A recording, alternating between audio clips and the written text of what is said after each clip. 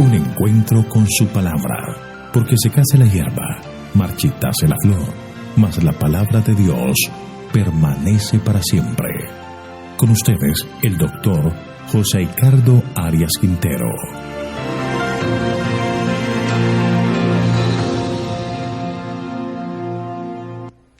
Hoy vamos a estudiar el capítulo 19 del libro Segundo de Reyes. Judá es librado de Sennacherib. Voy a invitarte para que oremos. Padre bendito, amoroso, gracias Señor, porque nos has cuidado y nos regalas un día más de vida.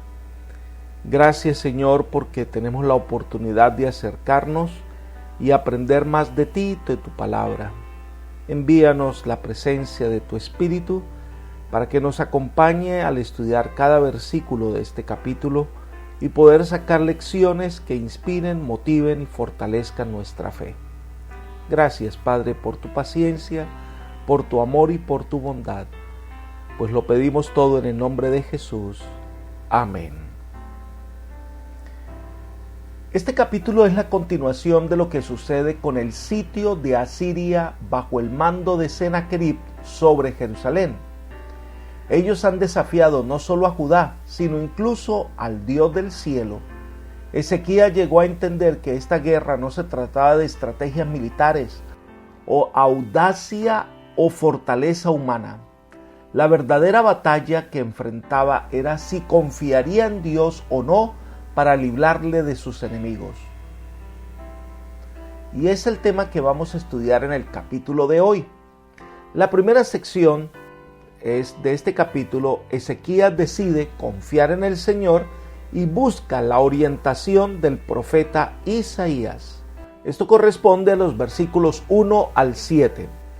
Así que vamos a comenzar este estudio con los versículos 1 al 4. Cuando el rey Ezequías lo oyó, rasgó sus vestidos, se cubrió con vestiduras blancas y entró en la casa de Jehová y envió a Eliaquim, el mayordomo, a Sebna, el escriba, y a los ancianos de los sacerdotes, cubiertos de ropas ásperas, a ver al profeta Isaías, hijo de Amós, para que le dijeran: así ha dicho Ezequías, este es día de angustia, de reprensión y de blasfemia, porque los hijos están a punto de nacer y la que da a luz no tiene fuerzas. Quizá oirá Jehová, tu Dios, todas las palabras del copero mayor, a quien el rey de los asirios, su señor, ha enviado para blasfemar contra el Dios viviente y para insultar con palabras las cuales Jehová, tu Dios, ha oído. Por lo tanto, eleva una oración por el remanente que aún queda. El rey Ezequías había hecho todos los preparativos humanamente posibles para hacer frente a las fuerzas que venían contra ellos.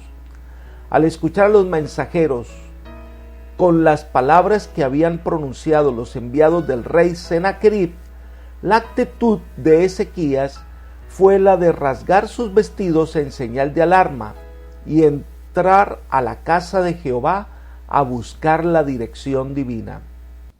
Vestidos de luto, Ezequías envió a sus emisarios a Isaías para que el profeta también se uniera a él en ferviente intercesión ante Dios. Esta es la primera vez que en el libro de Reyes se menciona al profeta Isaías, cuya visión de Dios, que lo había animado para realizar la tarea que tenía por delante, ocurrió en el año de la muerte del rey Usías.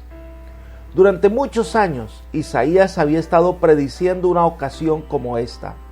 Fue una de las peores crisis que sobrevinieron a Judá, y sin la intervención divina, la situación bien podría haber llevado a la nación a su ruina final. Se usa una figura muy gráfica para entender lo que está pasando. La que da a luz, dice, no tiene fuerzas. La mayor parte de Judá ya había caído ante el poderío asirio y ahora los invasores amenazaban la capital. Toda esta súplica la concluye Ezequías diciendo: quizás oirá Jehová. Todo lo que el mensajero de Asiria había dicho, había comparado a Dios con los diversos dioses paganos. Era el honor de Dios el que estaba en juego y le pide a Isaías que eleve una oración por el remanente que aún queda. Claro, es porque las 10 tribus del norte ya no existían, solo quedaba la parte de Judá. Este era el remanente de Israel. La respuesta de Isaías es interesante. Leámosla en los versículos 5 al 7. Cuando los siervos del rey Ezequías llegaron a ver a Isaías, éste les respondió: Así diréis a vuestro Señor, así ha dicho Jehová: No temas por las palabras que has oído, con las cuales han blasfemado contra mí los siervos del rey Asiria. Mira, voy a poner en él un espíritu, oirá un rumor, se volverá a su tierra y allí le haré caer a espada. Los mensajeros enviados por Ezequías para pedirle a Isaías que se uniera en oración en favor de Judá, ellos le cuentan a Isaías lo que está pasando y al profeta sabía. Él le responde diciendo: No temas. Ezequías había usado las mismas palabras poco tiempo antes para tranquilizar a su pueblo. Ahora recibía esta misma admonición de parte de Dios. El ser humano tiende a temer en la hora de crisis, pero el Señor, en su misericordia, envía mensajes de ánimo. Dios había escuchado todo lo que estos hombres habían dicho en contra de él y de su pueblo. Así que Dios tiene el control de la situación y hace una predicción que no es muy clara. Dice el profeta que Dios le dijo: voy a poner en él un espíritu, oirá un rumor, se volverá a su tierra y allí le haré caer a espada. Tal vez signifique que Dios pondría sobre Sennacherib un espíritu de temblor y de temor, un impulso que lo apartaría de su idea de conquista y lo haría regresar a su patria sumamente atemorizado y confundido. La predicción no es a propósito específica, quizás porque el Señor no deseaba en ese momento revelar todos los detalles de lo que iba a ocurrir. La segunda sección de este capítulo va del versículos 8 hasta el 19 y nos habla de la segunda embajada de Asiria y la oración de Ezequías. Recordemos que los mensajeros de Asiria regresaron ante Sennacherib sin ninguna respuesta de parte de la gente de Judá. Leamos los versículos 8 al 13. El copero mayor regresó y se encontró al rey Asiria combatiendo contra Libna, pues oyó que se había ido de Laquis. Allí el rey de Siria se enteró de que Tirhaka, rey de Etiopía, había salido para hacerle guerra y volvió a enviar embajadores a Ezequías diciendo: Así diréis a Ezequías, rey de Judá, que no te engañe el Dios en quien tú confías diciéndote: Jerusalén no será entregada en manos del rey Asiria. ¿Has oído lo que han hecho los reyes de Asiria a todas las tierras que han destruido? ¿Vas a escapar tú? ¿Acaso libraron sus dioses a las naciones que mis padres destruyeron? Esto es, a Gozán, Harán, Rezef y a los hijos de Edén que estaban en Telasar. ¿Dónde está el rey de Amad, el rey de Arfat y el rey de la ciudad de Serfarbai, de Ena y de Iva? Los mensajeros tuvieron que buscar al rey Sennacherib, que se encontraba en campaña ahora contra Libna. También se había levantado contra ellos Tirhaka, que llegó posteriormente a ser el rey de Egipto. Cuando escuchó a los mensajeros que había enviado que Israel no había dado ninguna respuesta ante su solicitud, nuevamente envió mensajeros ahora a Ezequías directamente, con una carta en la que le decía que no iba a poder librarse de su mano. En el mensaje anterior se había dirigido al pueblo para instarlo a no dejarse engañar por Ezequías, pero el pueblo no había respondido. Ahora, este mensaje iba dirigido directamente al rey, cuya confianza en Dios intentaba socavar Sennacherib. Asiria estaba en todo su apogeo militar, había conquistado y dominado varias naciones. y se le recuerda a Ezequías diciendo que estas naciones no pudieron hacer frente a Asiria. Sennacherib procura infundir terror en Ezequías, recordándole el terrible castigo que habían recibido los que se habían atrevido a resistir al ejército asirio. Si se rendía ahora, al menos podría esperar cierta medida de clemencia. Incluso le recuerda todas las naciones que sus antepasados y él mismo habían conquistado. Estas naciones no fueron libradas del castigo y sus dioses no pudieron hacer absolutamente nada sobre ellos. Su poder era mayor que el de cualquier dios de cualquier nación. Entonces lo mismo ocurriría a Judá. Fue una carta fuerte, intimidante, que pretendía generar un pensamiento de desconfianza en el rey y de tratar de desafiar al Dios del cielo. Ezequías recibe la carta, la lee, pero lo que hace es buscar al Señor. Leamos los versículos 14 al 19. Ezequías tomó la carta de manos de los embajadores. Después de leerla, subió a la casa de Jehová y la extendió delante de Jehová. Entonces oró Ezequías delante de Jehová diciendo: Jehová, Dios de Israel, que moras entre los querubines, solo tú eres Dios de todos los reinos de la tierra. Tú hiciste el cielo y la tierra. Inclina, Jehová, tu oído y oye. Abre, Jehová, tus ojos y mira. Oye las palabras de Sennacherib. Ha enviado a decirme para blasfemar contra el Dios viviente. Es verdad, Jehová, que los reyes de Asiria han destruido las naciones y sus tierras, y que han echado al fuego a sus dioses, por cuanto ellos no eran dioses, sino obra de manos humanas, de madera o de piedra, y por eso los destruyeron. Ahora pues, Jehová, Dios nuestro, sálvanos, te ruego, de sus manos, para que sepan todos los reinos de la tierra que solo tú, Jehová, eres Dios. Los embajadores entregaron el mensaje de parte de Sennacherib, tanto de manera verbal como escrita, al rey Ezequías. El rey entonces tomó la carta y la extendió delante de Jehová, como si el mensaje se hubiese dirigido tanto al Dios de Israel como al rey. Entonces se eleva una oración muy especial.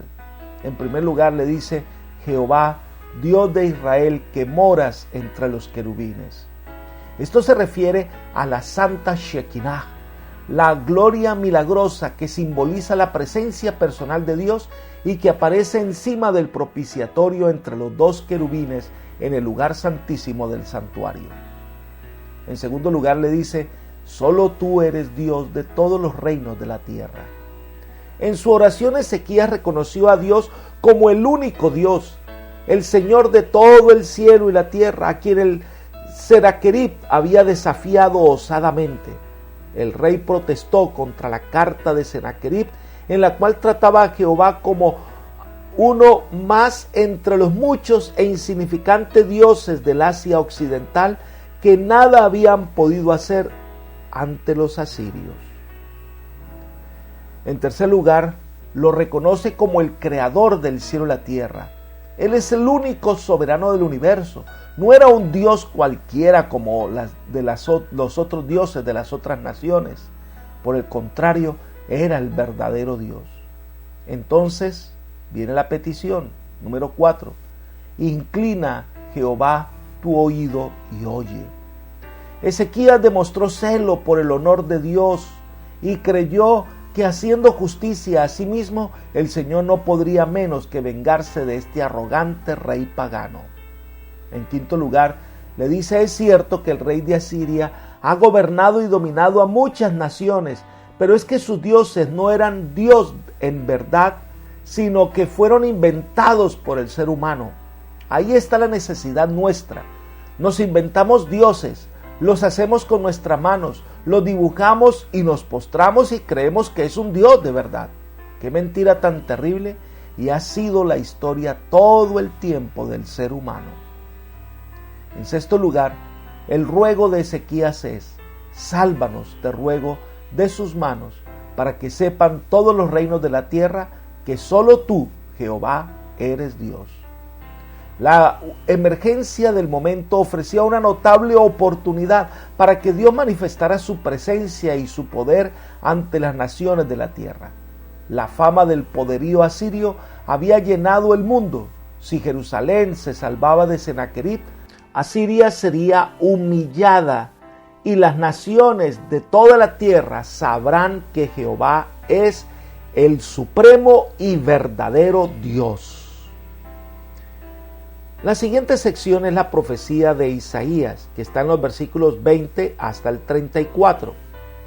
Isaías tiene un mensaje para el rey, versículo 20.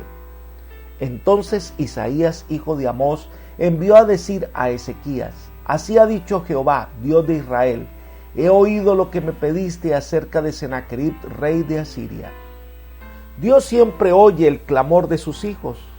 Esta es una de las respuestas más bellas que podemos encontrar en la Biblia.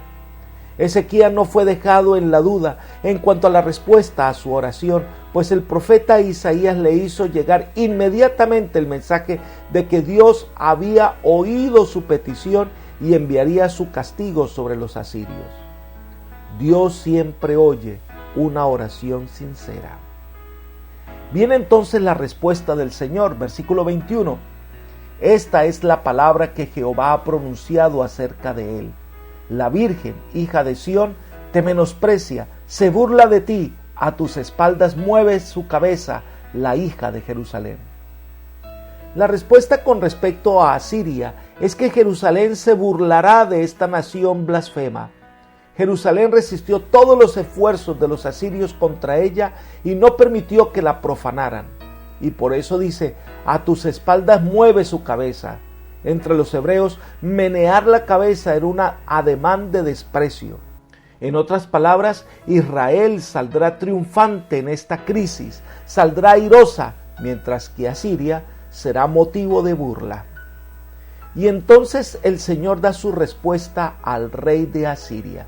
Leamos los versículos 22. ¿A quién has insultado y contra quién has blasfemado? ¿Contra quién has alzado la voz y levantado altanero tus ojos? Contra el Santo de Israel. Asiria se había metido contra el verdadero Dios. Ha levantado su voz contra el Santo de Israel. Esta es la frase predilecta de Isaías. La usa 27 veces en su libro y solo aparece 5 veces más en el resto de la Biblia. Destaca que Dios es santo, es decir, su esfera está más allá del pensamiento humano.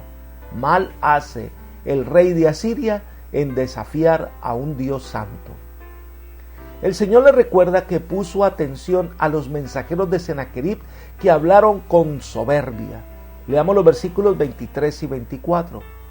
Por medio de tus mensajeros has insultado a Jehová y has dicho: con la multitud de mis carros he subido a las alturas de los montes, a lo más inaccesible del Líbano. Cortaré sus altos cedros, sus cipreses más escogidos. Me alojaré en sus más remotos lugares, en el bosque de sus feraces campos. He cavado y he bebido las aguas extrañas.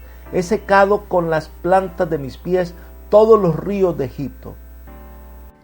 En este pasaje, Isaías expresa los pensamientos de Sennacherib que Dios le ha revelado.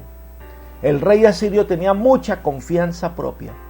Pensaba que con sus numerosos carros podría conquistar cualquier región que escogiese y que sus ejércitos podrían eliminar toda oposición y vencer todos los obstáculos que se le presentaran.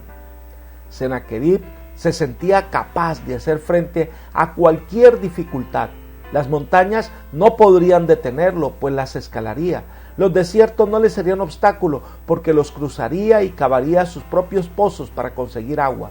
Los ríos no lo demorarían, porque se secarían bajo sus pies. Consideraba que ni los ríos de Egipto podrían detenerlo. Su soberbia era mayor que cualquier cosa. Es más, el Señor conoce muy bien lo que ha hecho el rey de Asiria, y en algún momento Dios le permitió actuar a esta nación de esa manera. Leamos los versículos 25 al 27. Pero nunca oíste lo que hice desde tiempos antiguos, y que lo que tengo ideado desde los días de la antigüedad. pues ahora lo he hecho venir. Tú causarás desolaciones y reducirás montones de escombros las ciudades fortificadas. Sus habitantes impotentes fueron acobardados y confundidos. Vinieron a ser como la hierba del campo, como hortaliza verde, como heno de los terrados, que se marchita antes de madurar. He conocido tu situación y todos tus movimientos y tu furor contra mí. Después de toda la jactancia de Sennacherib en cuanto a lo que va a hacer, el Señor le pregunta si no ha oído que Él es quien tiene en su poder el destino de las naciones y que solo en la medida en que Él se lo permite, cada nación ocupa su lugar en la historia. En ese momento los asirios eran instrumentos suyos para llevar a cabo sus propósitos. El éxito de las armas asirias se debió al permiso divino. Asiria podría haber llegado a ser una poderosa influencia para bien en el mundo si la nación hubiese continuado con la reforma iniciada con la predicación de Jonás. Cuando los ninivitas se volvieron de su arrepentimiento transitorio a su anterior idolatría y siguieron con la conquista del mundo, provocaron el fin de Asiria como nación. Esta nación debía todo lo que había logrado a la providencia divina. Entonces viene la sentencia del Señor, versículo 28. Por cuanto te has airado contra mí, por cuanto tu arrogancia ha subido a mis oídos, voy a poner mi garfio en tu nariz y mi freno en tus labios, y te haré volver por el camino por el que viniste. Las esculturas mesopotámicas revelan que a veces los asirios empleaban las más terribles atrocidades con sus prisioneros. Una de ellas era perforar la nariz y colocar un garfio allí para que el conquistador lo sujetara con lazos. Esto es lo que va a pasarle a Siria debido a su soberbia. Esta nación será humillada. Ahora el Señor le hace una profecía a Ezequías. Leamos los versículos 29 al 31. Esto te daré por señal, Ezequías. Este año comeréis lo que nacerá de suyo, y el segundo año lo que nacerá de suyo. Al tercer año sembraréis y segaréis, plantaréis viñas y comeréis el fruto de ellas. Lo que haya escapado, lo que haya quedado de la casa de Judá, volverá a echar raíces por debajo y llevará frutos por arriba, porque de Jerusalén saldrá un resto, y del monte Sión los que se salven. El celo de Jehová de los ejércitos hará esto. El Señor dio muchas señales por medio del profeta Isaías.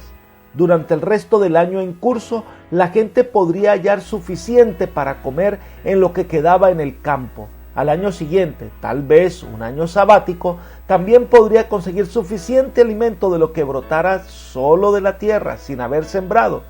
Pero al año subsiguiente volverán las actividades habituales de la nación de sembrar y segar. Las actividades agrícolas normales se habían interrumpido durante la permanencia de los ejércitos asirios en el país. Tan grande era la devastación que el Señor hará el milagro de hacer brotar vida para su pueblo en esas tierras desoladas. Y entonces introduce un tema que es frecuentemente repetido por Isaías, Jeremías y Miqueas: el remanente. Miren lo que dice: porque de Jerusalén saldrá un resto. Gran parte de Judá había sido totalmente asolada por el ejército asirio. Quizás muchos se refugiaron en Jerusalén para escapar de la espada de Sennacherib. Ahora, una vez Asiria sea humillada, de esta ciudad saldrá un remanente para repoblar y restaurar todo el reino de Judá. El Señor le afirma a Ezequías que Jerusalén será librado de la destrucción. Leamos los versículos 32 al 34. Por tanto, así dice Jehová acerca del rey de Asiria: no entrará en esta ciudad, ni lanzará flechas en ellas, ni la enfrentará con escudo, ni levantará contra ella un baluarte. Por el mismo camino que vino volverá, y no entrará en esta ciudad, dice Jehová, porque yo ampararé esta ciudad para salvarla, por amor a mí mismo y por amor a David mi siervo. Dios no dejará que el asirio ni siquiera prospere en sus intentos de conquistar la ciudad de David.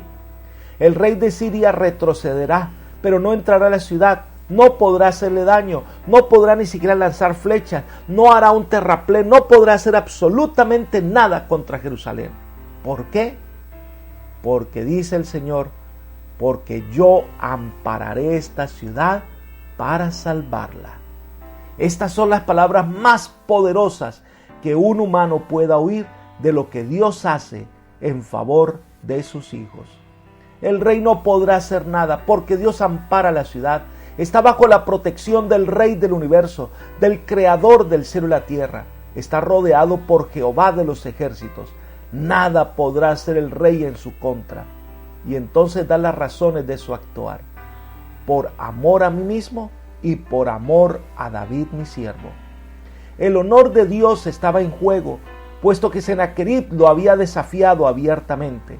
La fidelidad de Dios estaba en juego en este conflicto con los asirios. Así que por amor de su nombre, es decir, de su carácter, él actuará. Y por amor de David, porque Dios se había comprometido a perpetuar el linaje de David en el trono. De esta manera, Israel, por el honor del mismo Dios, será librado de las manos de Sennacherib. Entonces llegamos al desenlace final de esta historia que nos deja anonadados de lo que Dios puede hacer. Leamos los versículos 35 al 37. Aconteció que aquella misma noche salió el ángel de Jehová y mató en el campamento de los asirios a 185,000 hombres. A la hora de levantarse por la mañana, todo eran cuerpos de muertos. Entonces Sennacherib, rey de Asiria, partió y regresó a Nínive, donde se quedó. Y aconteció que mientras él adoraba en el templo de Nisroch, su dios, sus hijos, Adramelech y Sarecer, lo hirieron a espada y huyeron a tierra de Ararat. En su lugar reinó Esar-Adón, su hijo. Esa misma noche en que se dio esta profecía, Israel no tuvo que levantar las armas para pelear contra su enemigo. No tuvo que salir a la batalla. Su guerra era una batalla de fe, de confianza en el Señor, de esperar que el Dios del cielo actúe. Y así fue. El ángel de Jehová, que es el mismo Cristo, salió al campamento de los asirios y su presencia dio muerte a 185,000 soldados asirios. Nada pudieron hacer. No alcanzaron a levantar barricadas o terraplenes para entrar a Jerusalén. Todas sus armas de guerra, nada pudieron hacer ante la presencia del Señor. Murieron porque desafiaron a Dios y una sola muestra de su poder demuestra que no era un Dios pagano, era el soberano del universo. A la mañana siguiente, lo único que había en el campo de batalla eran cuerpos muertos sobre el suelo. Sennacherib quedó sorprendido. Una vez más, ve y evidencia la poderosa acción del Dios de Israel. Sennacherib estaba en el ejército vigilando el camino de Judea a Egipto cuando ocurrió la matanza. Atemorizado y aterrorizado, avergonzado, se alejó rápidamente, volvió a Siria y dejó a Ezequías en paz para que restaurara su país. Y mientras estaba adorando a su Dios, un Dios que no puede librar a nadie, sus hijos se levantaron y lo asesinaron, y su hijo Esar-Adón reinó en su lugar. La profecía se había cumplido, el pueblo de Dios había sido liberado de los asirios. Elena de White comenta lo siguiente: el Dios de los hebreos había prevalecido contra el orgulloso rey asirio. El honor de Jehová había quedado vindicado en ojos de las naciones circundantes. En Jerusalén el corazón del pueblo se llenó de santo gozo. Sus fervorosas súplicas por liberación habían sido acompañadas de la confesión de sus pecados y de muchas lágrimas. En su gran necesidad habían confiado plenamente en el poder de Dios para salvarlos, y Él no los había abandonado. Repercutieron entonces en los atrios del templo cantos de solemne alabanza. Libro Profetas y Reyes, página 267. Este fue un triunfo que demostró que Dios oye y actúa en favor de sus hijos. Dios nunca desoye la oración de un alma suplicante. Apreciados amigos y hermanos, la lucha más grande que tenemos que enfrentar es contra nosotros mismos. Es contra nuestros pensamientos y nuestras indecisiones. La batalla más ruda no es enfrentar al enemigo. Dios no nos ha mandado a ir a buscar peleas y confrontaciones contra Satanás. No. Nos ha llamado a permanecer fiel, a estar al lado de Jesús, porque en la guerra el Señor es quien sale a pelear por nosotros. Dios pelea nuestras batallas. No luche solo, no enfrente los problemas solo. Confía en Dios, confía tu vida a Él. Esa es la batalla que tienes que luchar. Confiar en el Señor siempre. Compón todos tus problemas en las manos del Señor y Él hará, Él actuará, Él responderá y alabará su nombre al ver al maravilloso Dios que actúa en tu favor. Que el Señor te bendiga hoy, te guíe por sendas de paz y te conceda un corazón lleno de fe y de esperanza. Es mi oración por ti. Amén.